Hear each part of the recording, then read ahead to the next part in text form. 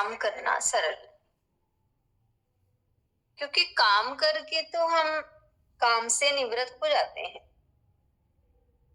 तो हमें हमारे मन को आराम मिल जाता है। तन और मन दोनों को काम हो गया। लेकिन आराम करना सरल नहीं। जब तक हम भीतर से शांत नहीं है, तब तक अगर हम आराम करना भी चाहें, आराम कर भी रहे हों, तब भी हम आराम में नहीं होते। शरीर बड़ा है, लेकिन मन बेचैनी में रहता है। मन में बेचैनी बनी रहती है, मन में अशांति है, तो हम बेड पर सोकर भी हम आराम नहीं कर रहे होते, बल्कि हमारे भीतर में वो विचार ही चलते हैं। तो इससे ना तो मन को आराम मिलता और ना ही तन को आराम। और वही काम है तो हम काम को खत्म करके हम आराम में आ जाते हैं। इसलिए काम करना, गुरुदेव कह रहे हैं कि काम करने के बजाय आराम करना सरल नहीं।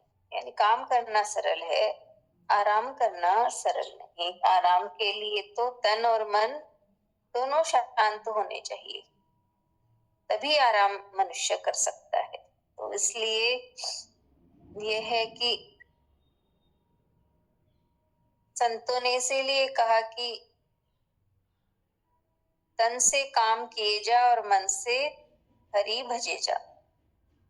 क्यों कहा? मन से हरि भजते रहे ताकि मन आराम में रहे, मन में निरर्थक विचार ना चले, तो मन थकेगा नहीं, मन शांत रहेगा।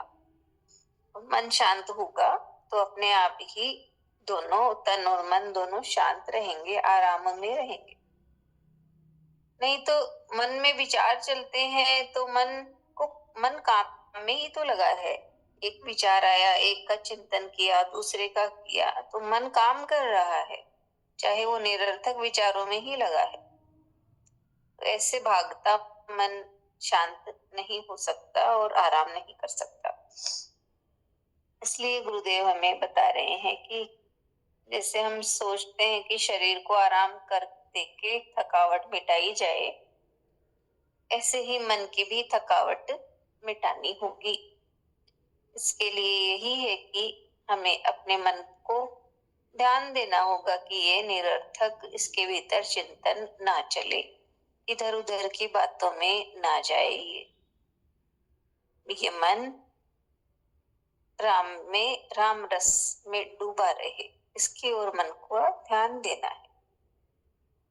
तभी मन शांत होगा, मन आराम में होगा, तो तन भी पूरी तरह आराम में होगा। इसलिए केवल हम शरीर को सुलाने में लगे रहते हैं, आराम देने में लगे रहते हैं, लेकिन उसके साथ साथ हमें अपने मन को भी कैसे आराम में लाया जाए, इस ओर ध्यान देना। हरि